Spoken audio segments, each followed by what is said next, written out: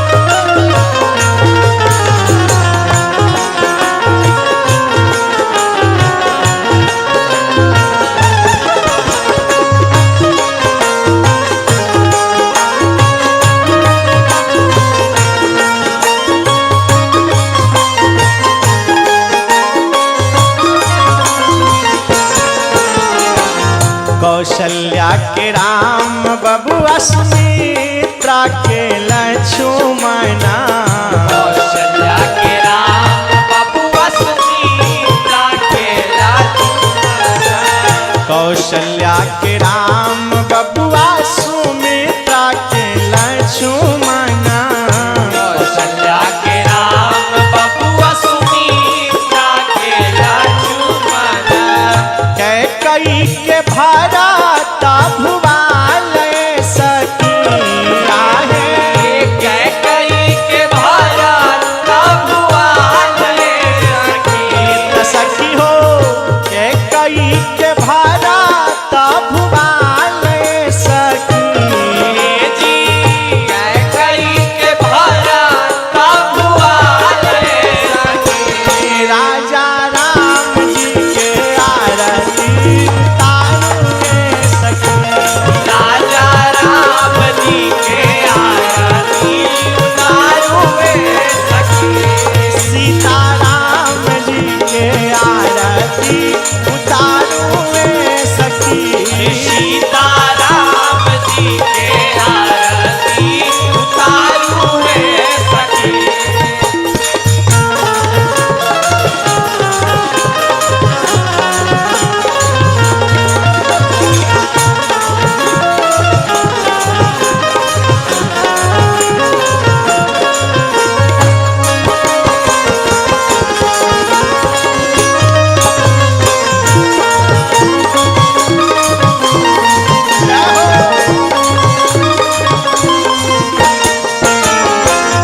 कवन रंग राम बबुआ कवन रंग लक्ष्मणा कौने रंग राम बबुआ कवाने रंग लक्ष्मणा कवन रंग राम बबुआ कवन रंग लक्ष्मणा कौने रंग राम बबुआ कवाने रंग लक्ष्मणा कवन रंग भरत भुवाल सखी आहे कौने रंग भरत भुवन सखी सखी हो कवन रंग भरत भुवाल सखी कौने रंग भरत भुवन सखी सीता राम जी के आरती उतारुए सखी सीता राम जी के आरती उतारुए सखी राजा राम जी के आरती उतारुए सखी अरे राजा राम जी के आरती उतारुए सखी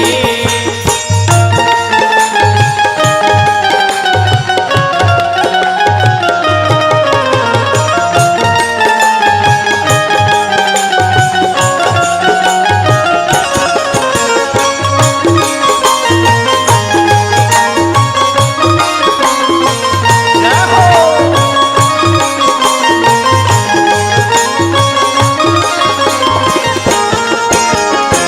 श्याम रंग राम भैया गोरे रंग लक्ष्मणा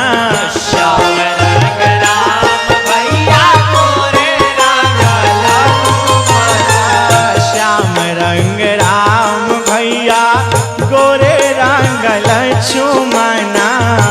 श्याम रंग राम भैया गोरे रंग लक्ष्मणा पीत रंग भरत भुवाल सखी आहे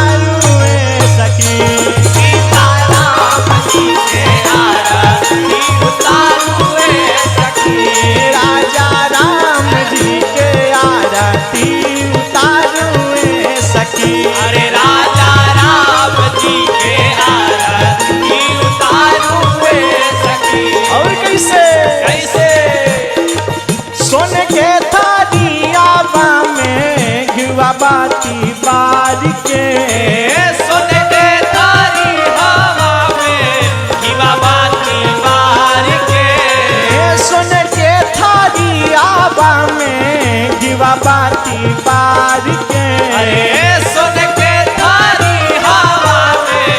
दीवा बाती बार के आरती उतारा सखी है दशरथ के लाल के